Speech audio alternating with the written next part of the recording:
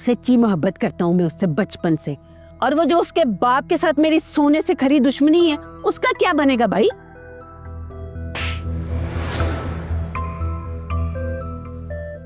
किंजा, तेरी इतनी जुर्रत कि तूने मेरे बेटे पर मेरे सामने हाथ उठाया? एक मिनट, क्या हुआ? इसे थप्पड़ है ये।